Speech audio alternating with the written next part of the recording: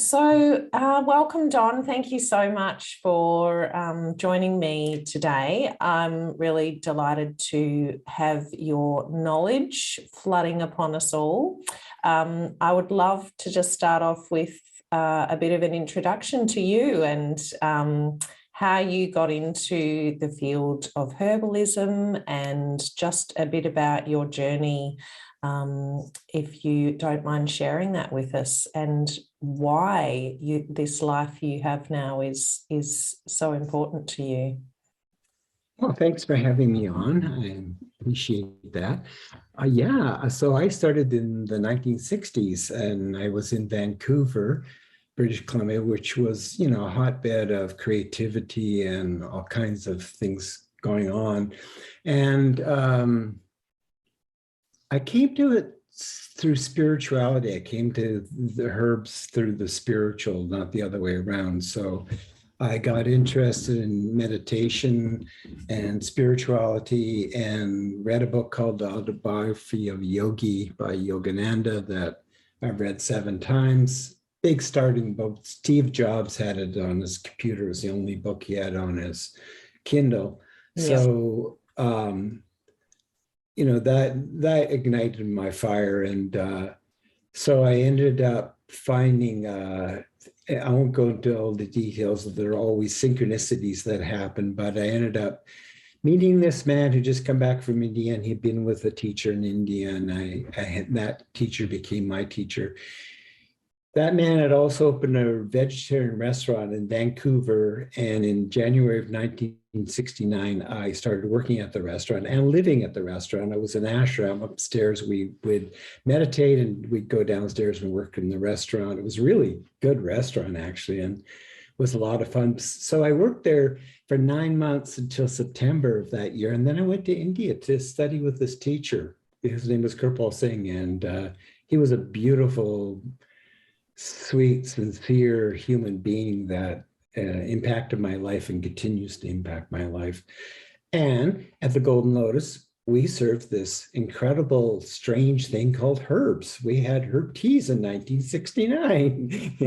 There was a chamomile and, hibiscus and stuff like that. But you got to realize in 1969, that was obscure. Like the herbs are what they are today. So that was the origin and the why.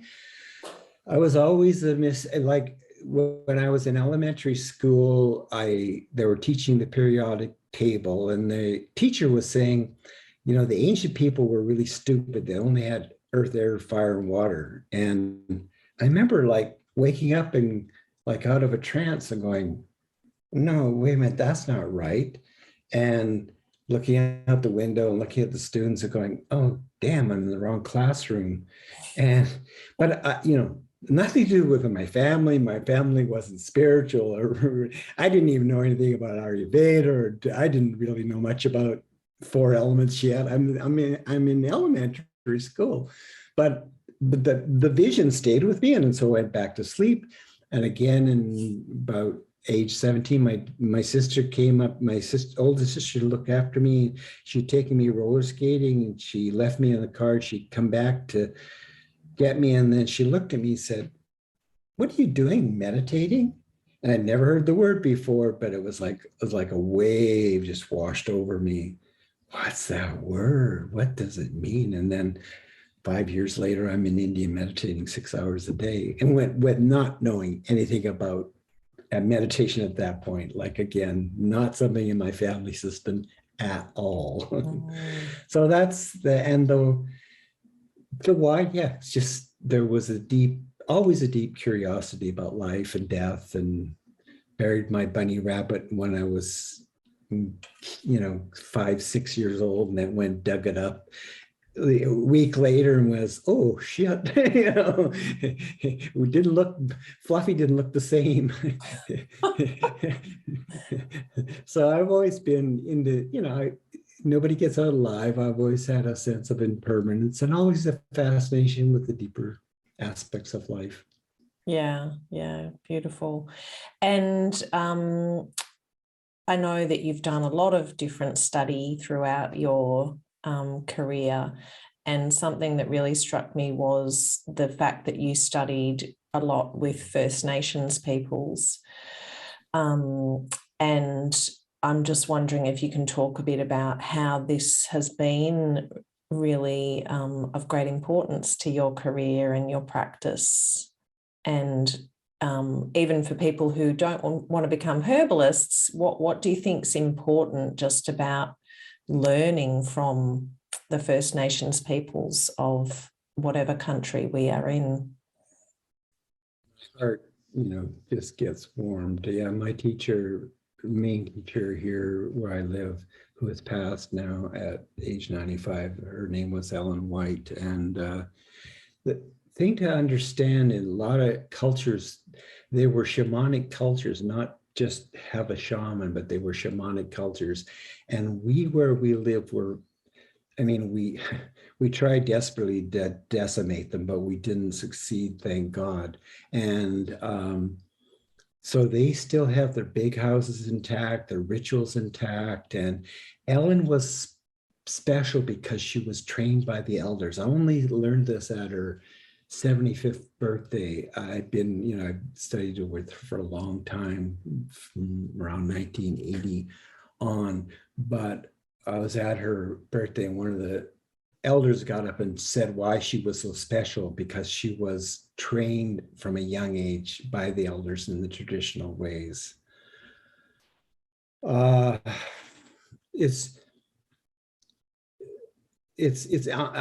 can't really articulate how important and special, and she was my adopted mother. So, and we actually had a beautiful symbiotic relationship in that I was at she got the Order of Canada, and that's a special award they give people. And I was sitting with her daughters, and one of her daughters, Carol, said, Don, our mother in a way that we don't know her, because we never went and studied the spiritual stuff with her.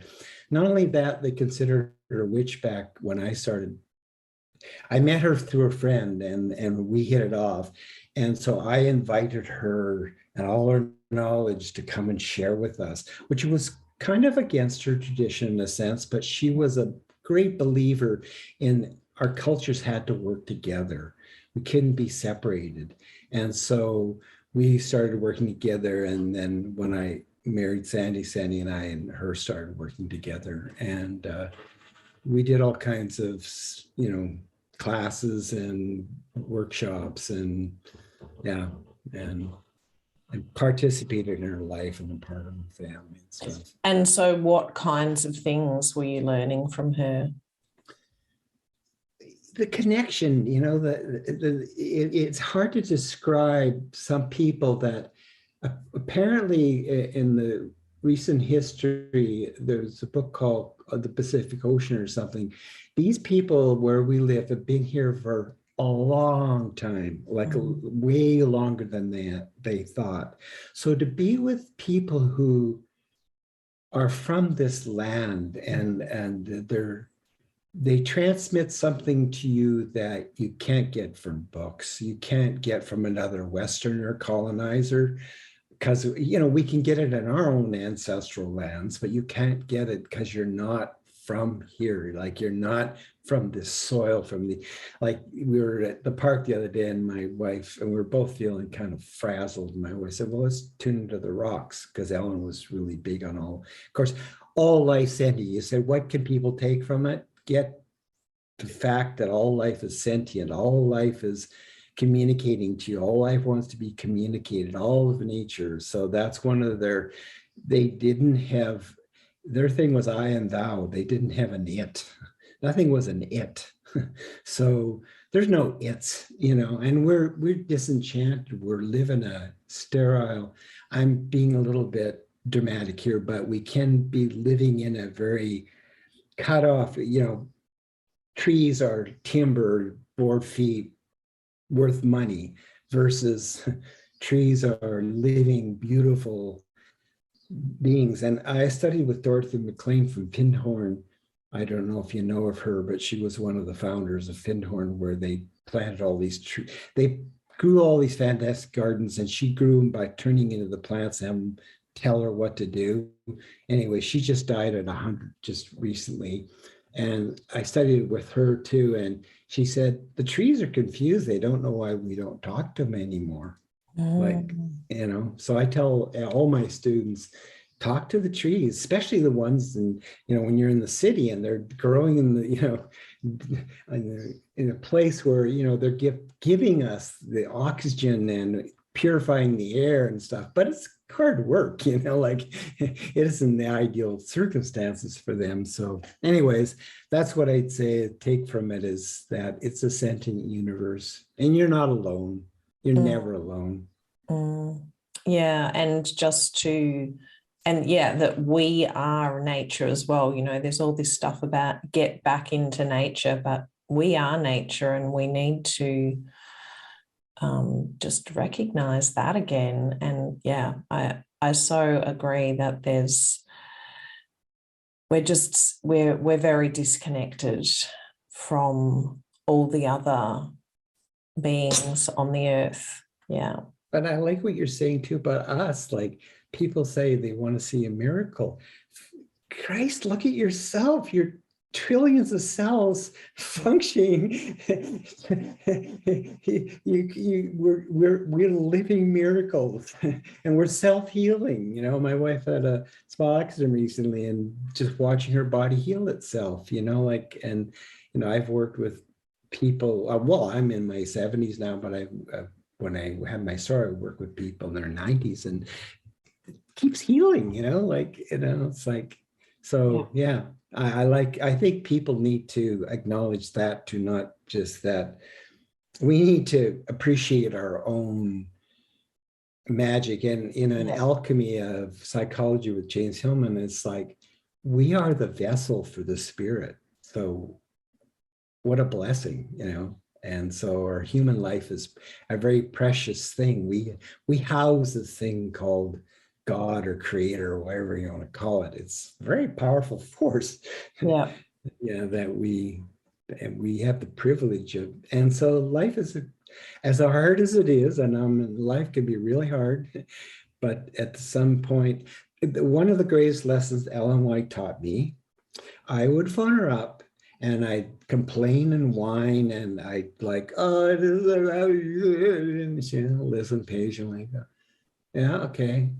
Did you say thank you? I know she'd ask me that because she'd do that all the time. And I'd go, and so even in my most, like everything's lousy and I'm feeling really, if I can say thank you, it's a strange phenomena, but it actually works. I don't want to, and I am not in my mind thankful, but there's something that happens if I go, okay, thank you. Okay, thanks. And it changes it. So I think that's just, there's something about this privilege of having a human birth, and especially a lot of us who are privileged to live with so much abundance, really. Anyways. Yeah. And so are you saying that so you're saying thank you, and it's kind of thank you for teaching me this lesson, or, making me grow through this hardship. Yeah. Thank you for this, abuse. I mean, I don't want to say abuse, that's too strong a word, but, when things are not working out and the way you want them to. Yeah. And you're not even thinking of it as you're literally just saying thank you. You don't have you're not framing it as a lesson or anything. You're just saying thank you. Thank you for this mess. And life is messy. And I guess life has a big shadow side. I'm not a really big new agey, like everything's hunky-dory beautiful. Everything is beautiful, but there's also alongside of it is the not so beautiful. And we need to learn to deal with that. We also need to name that, and not let it be an unconscious thing where we look the other way if it's something that needs to be addressed.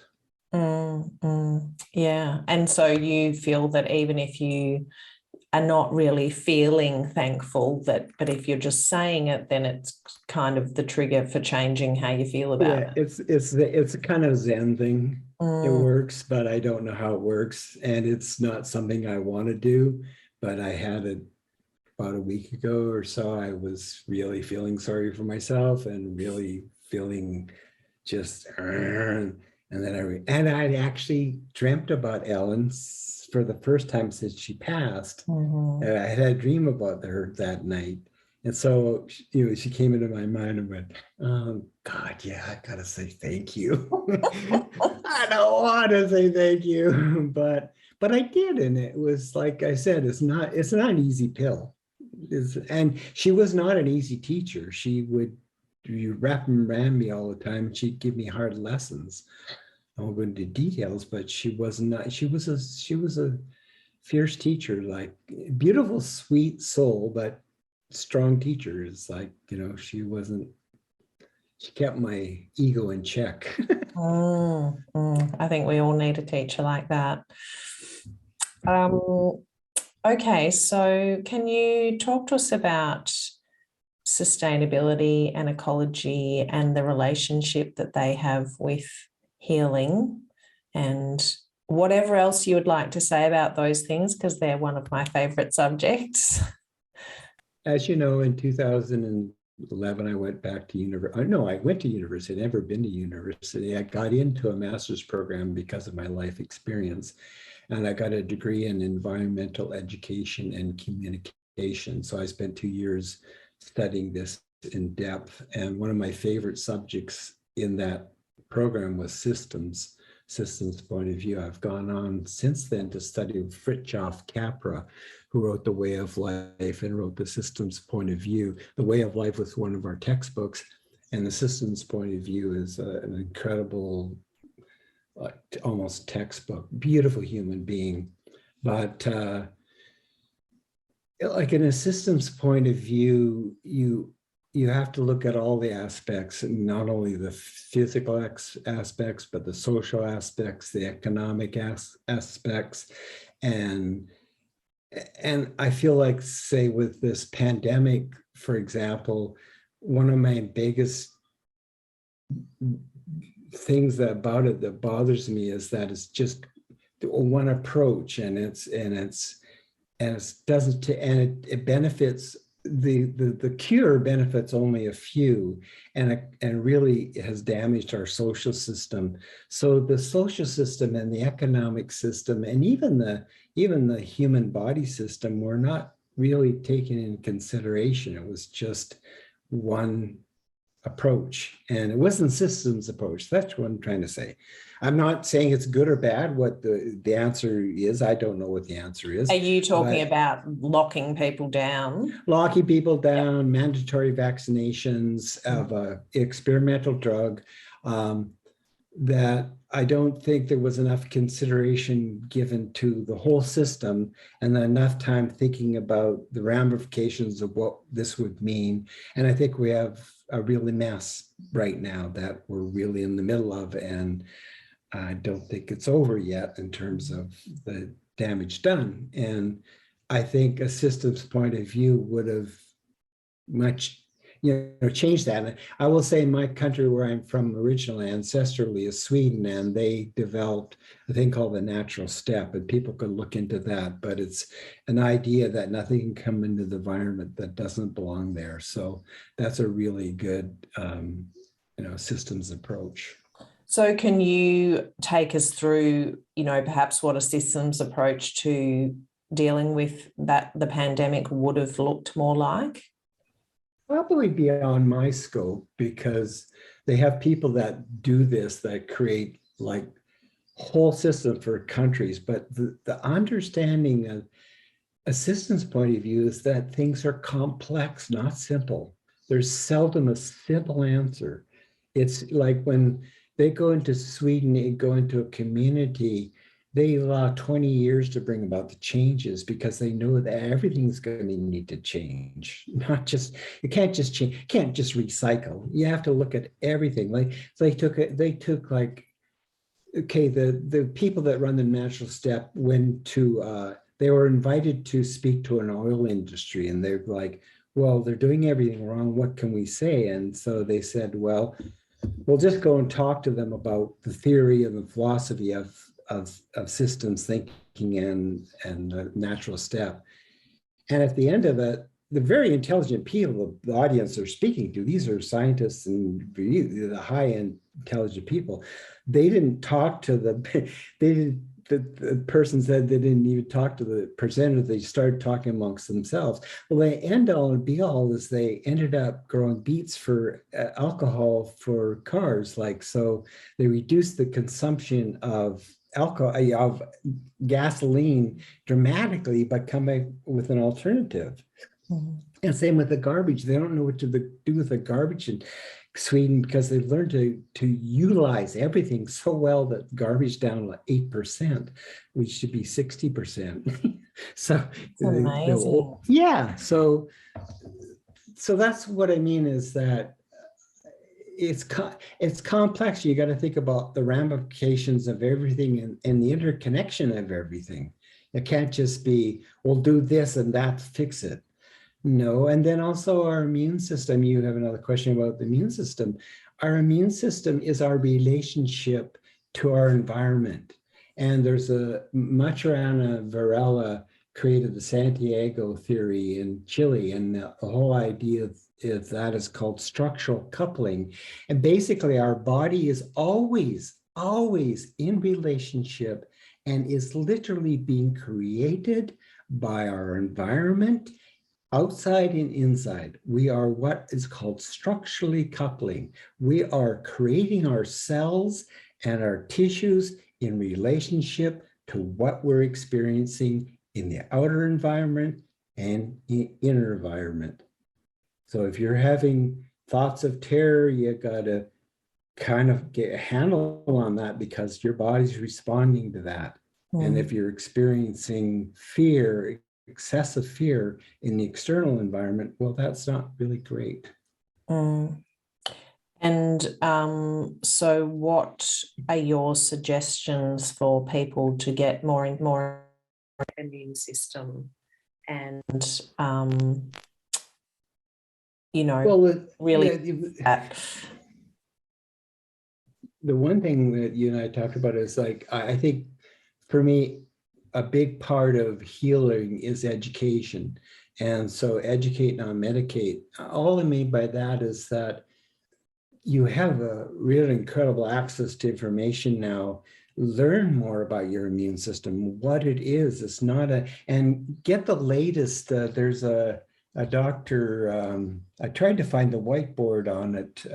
He has a beautiful whiteboard, Dr. Shiva Ayadurai. Maybe you can put it in your notes after, I can send you it.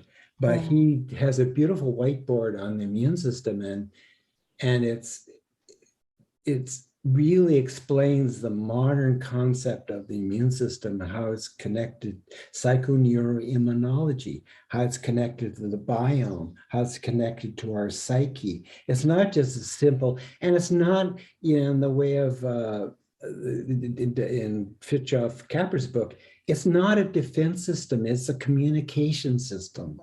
It's just always communicating with your outer environment.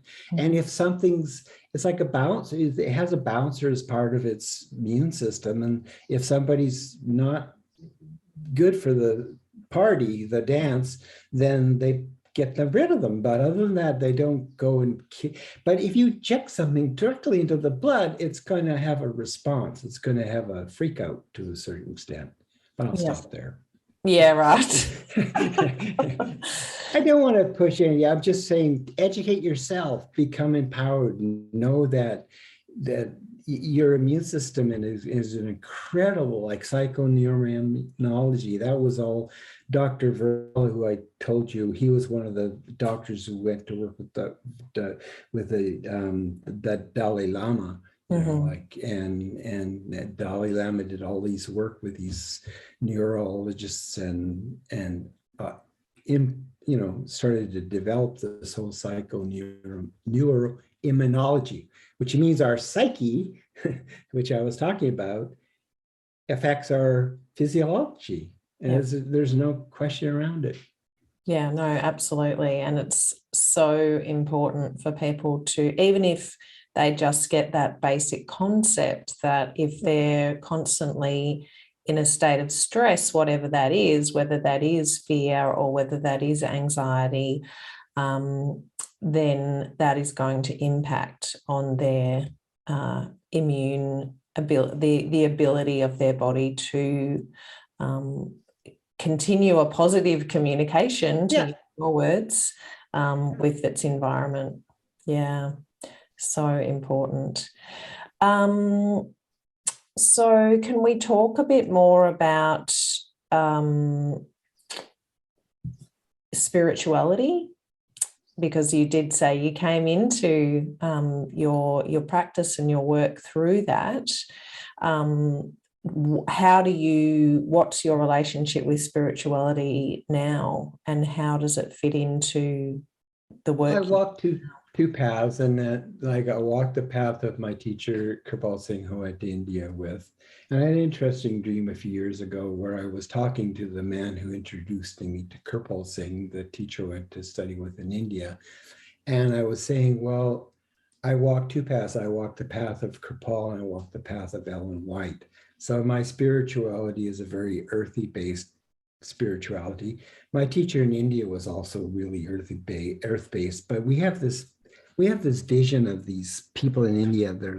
We lump them into the spiritual, like religious thing, but they're not. Many of them are mystics. Like my teacher had a tree growing through his house, and instead of cutting the tree on, did his house. When he'd go into the jungle to meditate, the scorpions would follow him in a row. When he sat to meditate, they'd sit around him and meditate with him. And I went to visit Yogi Rakavachari on the banks of the Ganges River. I was there for 6.5 months, and his home was carved into the mountainside out of dirt, but it was a really nice home. It was very comfortable. But he was 110 years old, so, and those I could wax poetic about it, but so that stayed with me, and I still meditate every day, and I meditate no matter what. If I go through a stage where I'm not being so spiritual in the sense of following all the rules, I still meditate. My teacher said, I don't care what you do, but meditate every day. You can break every other rule, but you don't miss your meditations. So I meditate every day, and I probably could count on one hand the times I missed meditation since 1969.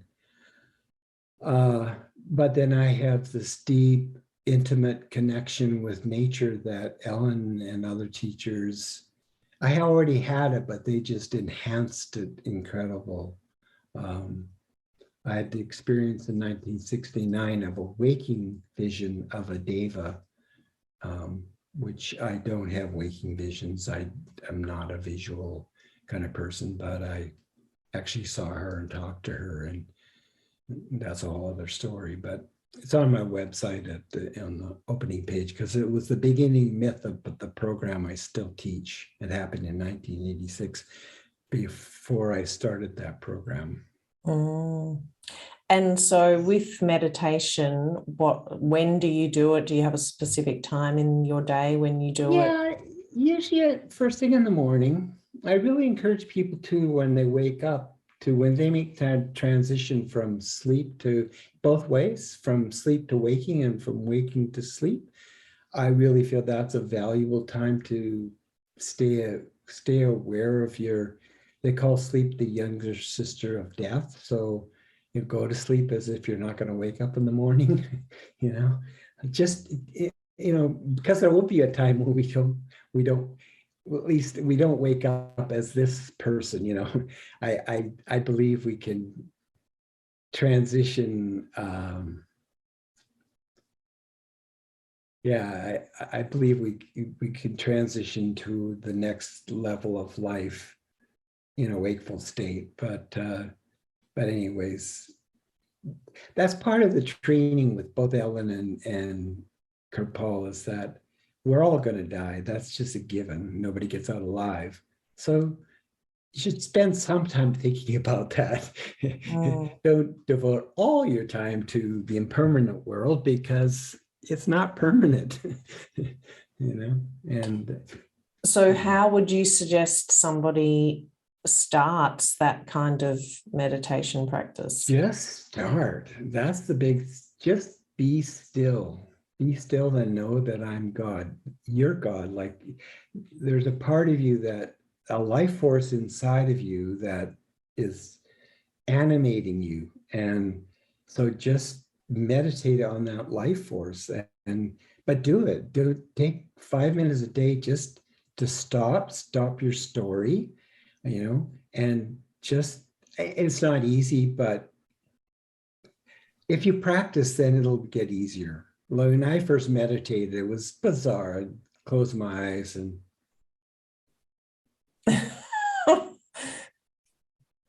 what the hell am I doing? I'm sitting on a floor, like, I didn't know what I was doing, but eventually, gradually, your consciousness can get inside. And then I really do believe you need teachers, and that, but I think that process then brings the teachers to you. Like, I feel like I was drawn to all my teachers, from Ellen to all kinds of them. So, but you have to start quieting the noise and listen. And there's so much more noise now, don't you think, than when you first started meditating? Totally. Yeah. Totally. Yeah. It's like I said, I don't say it's easy, but be an essentialist. Just focus on what's essential. And I think this is one of the things that should be essential in your life, is that to know that you're impermanent, and you want to devote some time to that part of you that is not impermanent. Behold my deathless body, my teacher used to say, like, there is a part of us, I believe, that doesn't die. But I don't know why it's such a trick thing that we have to figure it out, but somehow we got to get back in touch with that part of ourselves. Somehow we've abandoned that, and that's, somehow we have to, like I said, but I also feel it's grace. I don't want people to feel bad if they're not. Like, I think there's something about those energies finding you too. Like, they find you, and then they awaken you from within. Like I said about my story in elementary school, it was already there. I was already on this journey, because those had nothing to do with Don Ollsin, the kid from the 50s, and, born in Saskatchewan, and, there was anything in that world to equate with the experience I had that was inside of me. So that's inside of everyone. And I think my teacher says, once you ask the question, who am I? You're screwed. Like, from then on, it's like, now you have to answer the question, And I love, there's a thing called, there's a picture of this child, and the child said, what part of me is me? So just start asking questions like that, what part of me is me? Yeah, it's so interesting, isn't it, when you start to take away all the external things, like, I'm a mum, I'm a herbalist, I'm a surfer, whatever that is. But then if that can't be your answer, then who are you? Yeah, very deep, but get down to your essence. But yeah. I guess one thing I want to say is it's very beautiful too. It's not, I'm kind of looking at the negative side, you're going to die. No, the fact is the spiritual realm is existing all around us at all times. We just dip into it. It doesn't go anywhere. Matter comes out of spirit, not the other way around. The spirit is the permanent part. This always has been the impermanent. it all passes and changes. But spirit world is more, more of who we actually are. And it's beautiful. It's blissful. It's nothing like you can ever imagine in this world. There's nothing that I lived a blessed life. I grew up with 60s with sex, drug, rock and rolls, and you had all kinds of incredible experiences, but nothing compared with the spiritual experiences I had. Nothing. Like LSD was like child's play compared to it. I love it. No, I'm serious. Like so that exists. I mean, that's the irony of it all. We are the light of your own soul is equal to 12 noonday suns. And that's just your soul, not the oversoul. That's just the energy that it's enlivening you right now inside your body is enough light of 12 noonday suns. But it's kind of got lots of sheaths over it. But if we can eventually tap into that, it's worth the investment. Guess what I'm trying to say. Yeah. And it's real. I mean, I believe it's really our life's work. Yeah, I do too. Well, Bach was. I see the Bach flowers behind you. Yeah. He was really big into that. Can you talk about the Bach flowers, seeing as you've brought them up? For people who don't know much about them. Well, they're flower essences that were developed in England by Dr. Edward Bach, and he was a Harley Street physician. And what I love is when I had my store in Victoria, I had a herb store for 18 years. I started in 1976, and I had some customers who were in their 90s then, and I had one customer who had actually met Dr. Bach when he was a Harley Street physician. And I thought that was so cool, So I love that kind of transition. But anyway, he was a regular physician, but he didn't like allopathic medicine. It didn't work for him. And then he got introduced to homeopathy and the work of Hahnemann, and that really changed his understanding of medicine. And then he went on to develop these nosodes, which are still used in England. And then he went.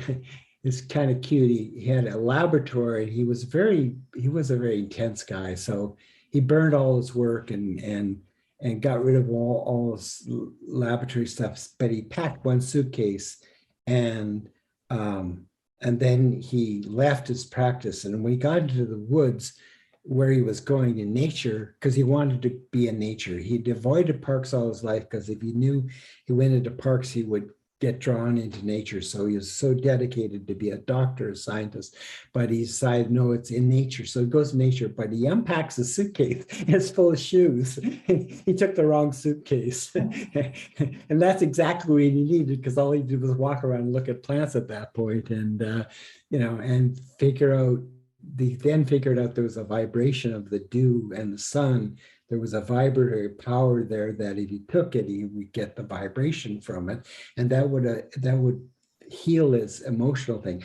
And the first ones he got that way, and the second batch of remedies he would suffer the condition, and he'd go out into nature and find the plant that would alleviate that particular emotional suffering. So he treated the emotions, not the physical. So that was that all disease comes from an emotional disturbance. Yep. One thing I want to say too, though, I think that as you study these things in more depth and more intimacy, you start to really appreciate the power of them. So I was teaching a class, for herbal class in Canada, and I was in this place where they had these beautiful aspen trees. It's a beautiful preserved area, but I get the students to go out and do attunements with plants. So they talk to plants and they ask the plants for, they speak to them and often ask them for help or guidance and stuff. So I sent everybody off, and then I was so excited because I really like aspen trees, and I know kind of what aspen's for.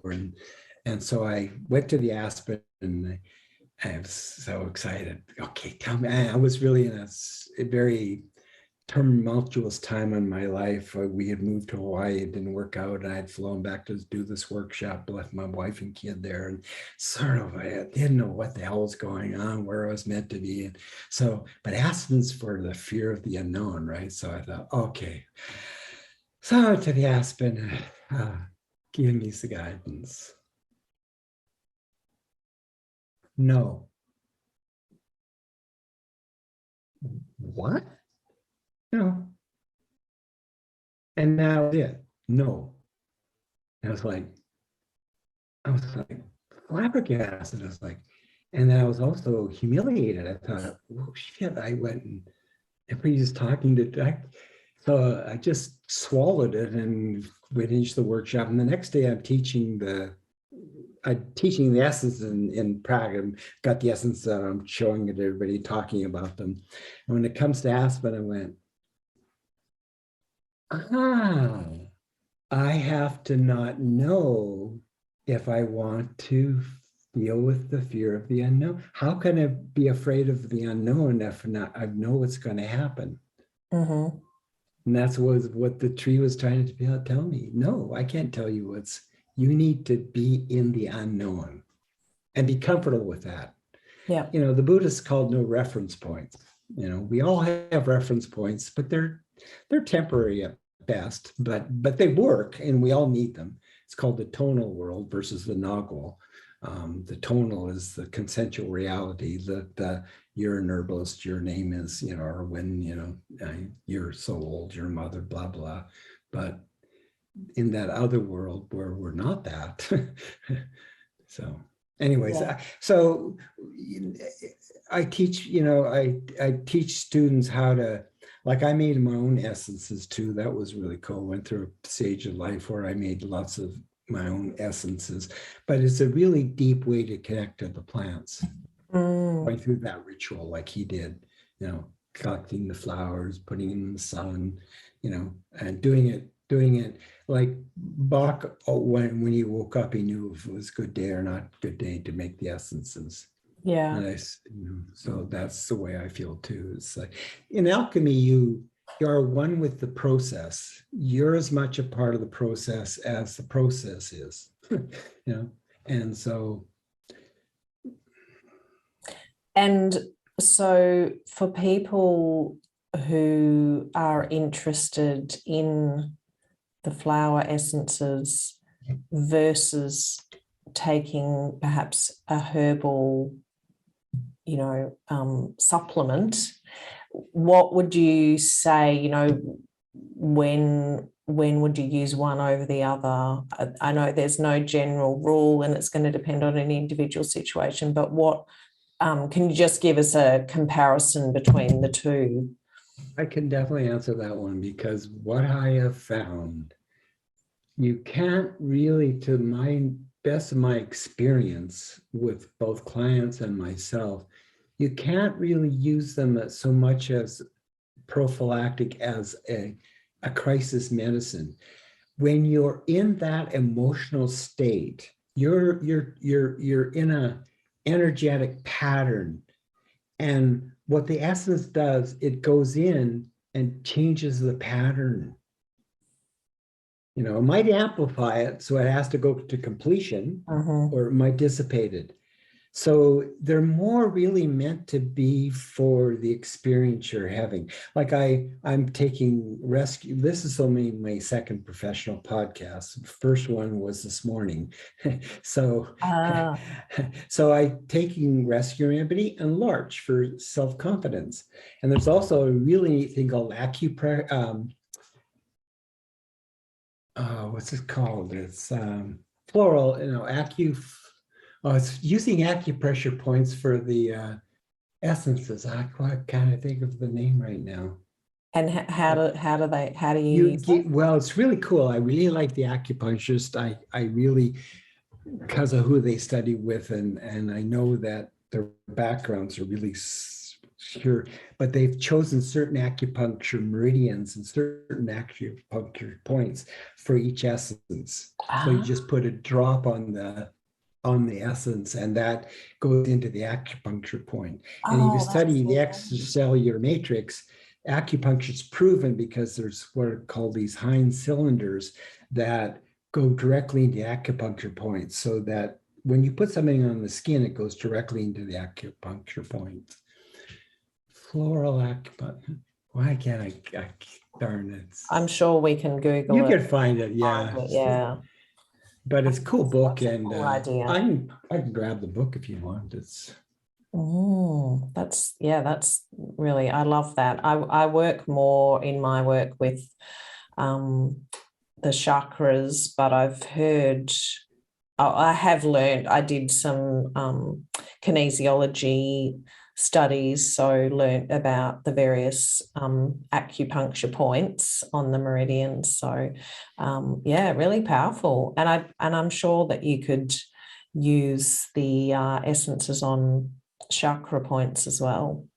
I really, really, really encourage all my students to use the herbs on the body more, because we've gotten so into just, there was a man named Maurice Mézeguet, and he was a French herbalist, and he healed a lot of people, and he healed famous people, and he's written a book called People and Plants, Maurice Mézeguet, but he'll only do a foot bath and a hand bath. He never gave the herbs internally. You do a 8-minute foot bath and 8-minute hand bath, one in the morning, one in the evening. He'd go out and harvest the herbs in the wild, and he was a really in tune herbalist. But I really think I think the acupuncture work or the chakra work would be fantastic. Put Hawthorn on your heart. Don't just take it internally, but put the herb on your heart. Yeah. Oh, that's so cool. I'm glad we brought that up. So can you just tell us a bit about what the focus of your work is now? Because I know, as you mentioned, you had the store for many years. You're not doing that anymore, but it's really more around teaching now. Is that right? Yes. And so what are you actually teaching, and who are you teaching? Yeah, so I'm both teaching and mentoring, and mostly you asked Florida who is my thing. I did a survey of them a while ago, and so their worldview is spiritual, honoring our ancestors, following life cycles, resiliency, which I love the word, and I think that's one of the things that we're losing with not treating the immune system naturally, and with a lot of things, love and joy and other things, we don't get the resiliency, factor. Yep. Think globally, act locally. They value community collaboration, supporting and being with others. 95% female, always has been. It's a feminine art. I just have to be a fairly feminine man. I have a very masculine side too, but it's a feminine art, and so I attract mostly women. Supporting and being supported by others, spirit, respect for all life, sustainability, and sourcing food and medicine. So I teach a lot of that, healing of self. And that's another thing I'm calling my new program. It started out as the Healing Journey in 1986. And in 1998, I wrote a book called Pathways to Healing, a guide to Ayurveda, dream body, and shamanism. So I'm calling my new program The Wounded Healer's Journey on the Pathways to Healing. And those pathways, I've got them written down here, include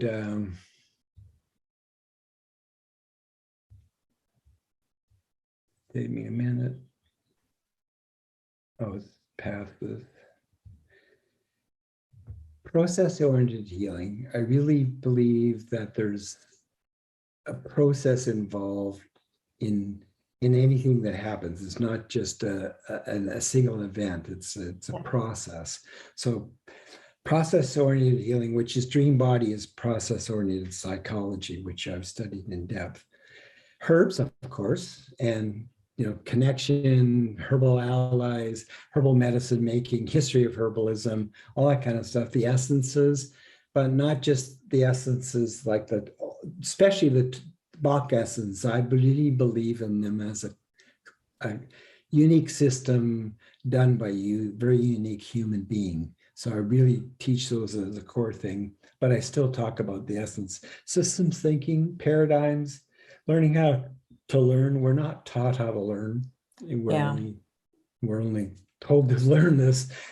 Wellness consulting. So at the end, once people gone through the process, so it's a 12-week journey that goes in each season. So there'll be summer intake, a fall intake, a winter intake, and a spring intake. And the 12 weeks is designed, people could take longer, but it's going to be designed to people to get through it, because people on the internet, I did my master's thesis on transitioning face-to-face classes to online.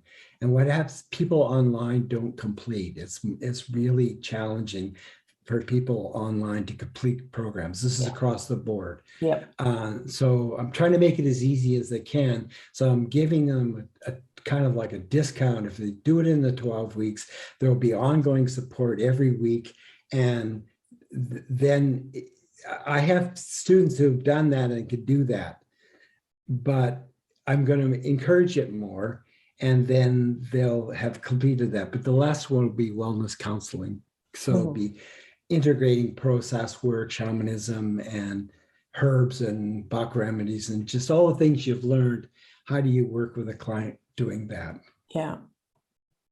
And so I was going to ask if it was available online, which you've already answered. It's online. Yeah. And so, but is it okay for anybody anywhere in the world to do it? So a good part of my audience is down here in Australia, and obviously the herbs and the plants and things that are around us are going to be different to where, like your students were saying, think globally, act locally. Our herbs and plants are local to us. So how does that all work? I think there's enough in there, like, of the process of learning herbs and stuff like that. And, what I would encourage anyways, even if you're anywhere, if you find a botanist or an herbalist to take you on an herb walk, like, you can't learn the herbs I don't believe you can learn the actual connection to the herbs, but you can learn what herbs are really resonate with you and which ones you want for your kind of problems you feel like you'll see. If you're like a woman who works with women, you might want to look at a lot of herbs to do with around their periods and things like that. If you're somebody that works with immunity, you want to, so we cover all those. So you can get the knowledge, and then you can transpose the Australian herbs for the Western herbs. And that's something we can help you with too. You know what I mean? Like, that's something that would excite me. I always love learning new herbs. And also in Ayurveda, you work with qualities. You work with tastes. So you get pungent, bitter, astringent, so salty. So oh, this is a bitter herb. So you get an idea of what it's known to be for, but then you could take that, refine it. Oh yeah, Ayurveda's in that, covered in the course too. Okay. The introduction to Ayurveda. It's a big study, but I use it as a way to complement your work as an herbalist, as a consultant. Okay. And so can anybody do your course? Do they need to have some prior knowledge? No, there's no prior knowledge. I'm going to do an intake a little bit. It's more of, are you committed to it? Have you had a dream about it? Is your heart into it? Like, it's not the healer's path is, like, I call it the wounded healer because we're all wounded, but also some of us will, and it's mostly for healing yourself. That's the main focus, to heal yourself. But there's a component to go on to, if you want to go on and heal others, because if you're healing yourself, you'll learn a lot of things, and people will start asking you anyways, well, what do I do for this? Because they're not getting much help from the doctors, and even got worse since the pandemic. We now have phone consultations here in Canada. That's mostly how you see your doctors, on the phone. So, you know, sorry, but if you've got real problems, and you want to take a systems point of view, look at them emotionally, spiritually, and all the other ways, not going to cut it. Yeah, no, it's the same here. That's certainly exploded doing telehealth, and means that their patient is not in front of them. It's challenging. We do online consultations, and I'll be honest, it's a lot harder than in person, because many things. When I had a store, I would see a client and I would go through all the process, and I'd read eyes, do pulses, and do an intake, all the, you know, and figure out what they would benefit from. Then I would take them down to the store and say, are you interested? Well, you heard, do you want to get some of these things? And if they said yes, I would pass them off to one of my staff, and they would walk around, explain things, and, you know, give them options. That was great. They'd leave with a plan and the product.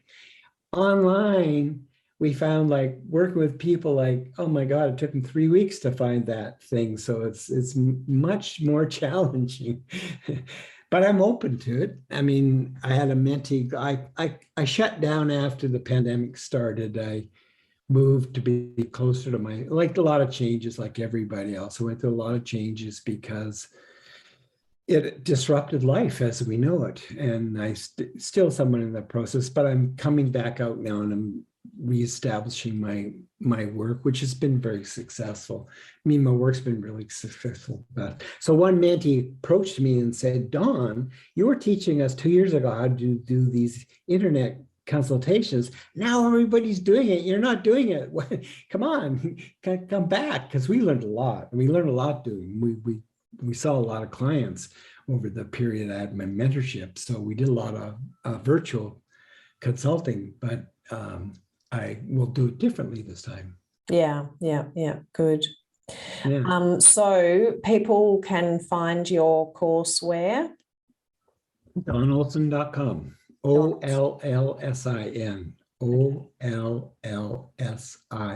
It's not a normal spelling. Okay, so we'll definitely put that in the show notes anyway. Yeah. And just to finish off, Don, I did want to ask you, if you were a herb, what herb would you be? Hawthorn. And because? Heal people's heart.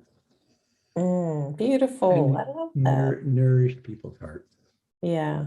Okay. Hawthorn is, and for the pandemic thing, one of the herbs that I would recommend as a preventative and as a treatment is hawthorn.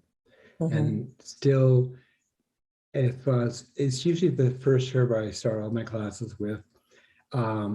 Still, heart disease is #1 killer in the world, and hawthorn is one of the most powerful preventative, nurturing herbs for the heart.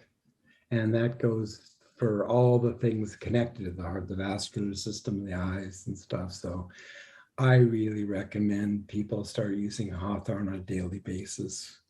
As soon as you can, the hawthorn berries. I like to make the tincture because it's convenience is really, we're a convenient culture, whether we like it or not. If I don't make it for convenient for people, they won't do it. They'll last 2 weeks making a cup of tea, but then I mean, if you're a kind of person who is a ritualist and that works, great. But otherwise, the tincture is really easy. You can put it into anything you're having. How does the tea taste? Is it a pleasant taste? Oh, well, the challenge with hawthorn is the berries I think are the easiest and the best, the delicious, but you shouldn't boil, you should soak the berries overnight in a thermos. And that's the way the Chinese did it. And that's the way when I counsel people, they've wanted teas, I tell them make 3 cups of tea, like put the amount of herbs you need for 3 cups in the thermos overnight, and then drink 3 cups during the day. So and then do that every night as a ritual, and that gets into being a ritual. So with hawthorn, you shouldn't really boil the berries because that takes away some of the active constituents but that's why I like the tincture. I just literally pressed my Hawthorn tincture yesterday. I make a lot of tincture and I take it every day. My mother, who died at 93, her heart was, I hate to say it, but we had to put her under at some point. It was like her heart was still beating, she was like such a strong heart, Yeah. but her health was in so many other ways deteriorated. But she took about the last 20 years of her life on a regular basis. So, well, that's a great tip to finish on. Thank you so much. You're very welcome. So thank you for your time and your wisdom this morning. I really appreciate it. You're very welcome. I'm really happy to meet you. And I'm really glad that we have this opportunity on virtual to connect. I mean, we wouldn't have it otherwise. So I appreciate that. No, that's right. Well, thank you so much. Okay.